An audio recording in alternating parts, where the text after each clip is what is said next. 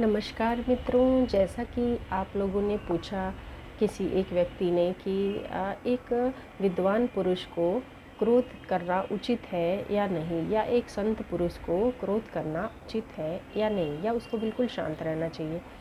तो इसका बहुत हम सीधा साधा सा जवाब देना चाहेंगे कि किसी भी चीज़ की जब अति हो जाए तो क्रोध करना स्वाभाविक है। मतलब आप एक बार अनुनय विनय करिए, दूसरी बार अनुनय विनय करिए, तीसरी बार अनुनय विनय करिए, लेकिन अंततः यदि वो व्यक्ति अपनी उदंडता पर आतुर है तो क्रोध करना स्वाभाविक है। किसी भी व्यक्ति को जिसके अंदर थोड़ी भी बुद्धिमानी है, समझदारी है, वो ऐसे उदंड व्यक्ति के प्रति थोड़ी क्रोध की भावना ले आएगा। ये बहुत स्वाभाविक सी बात है।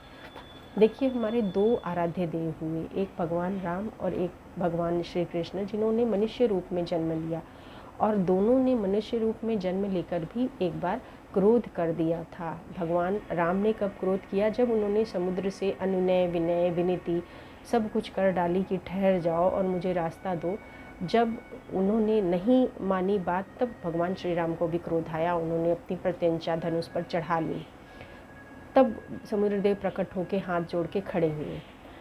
इसी प्रकार से भगवान कृष्ण ने भी महाभारत के युद्ध में भीष्म पितामह के ऊपर क्रोध करके अस्त्र उठा लिया था, और भीष्म पितामह ने उनको पहले कहा था कि माधव, आपने शस्त्र न उठाने का संकल्प लिया है, लेकिन मैं भी ये प्रतिज्ञा करता हूँ कि मैं युद्ध भूमि में आपसे शस्त्र उठवा लूँगा। तो जब भीष्म पितामह जी बहुत बुरी तरीके से नरसंहार कर रहे थे, और तब कृष्ण भगवान को क्रोध आ गया कि ये गलत के पक्ष से होकर के इस प्रकार से लोगों का हमारी तरफ संहार कर रहे हैं, लोग मर रहे हैं। तो उनको क्रोध आ गया और उन्होंने अस्त्र उठा लिया था।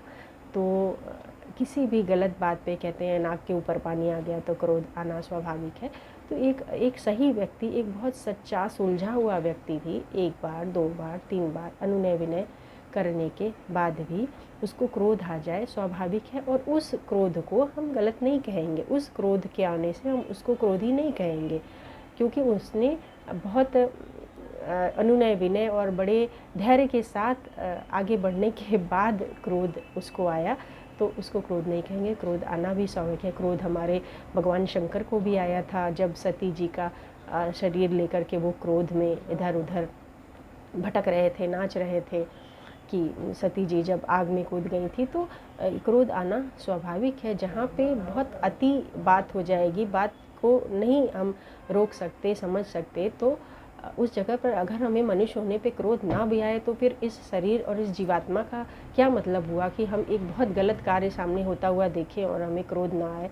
तो क्रोध आने की जगह सही अनुचित ये देखना ज़रूरी है, ना कि ये पूछना कि एक संत व्यक्ति को क्रोध आना सही है या नहीं, या एक सुलझे हुए व्यक्ति को क्रोध आना सही है या नहीं।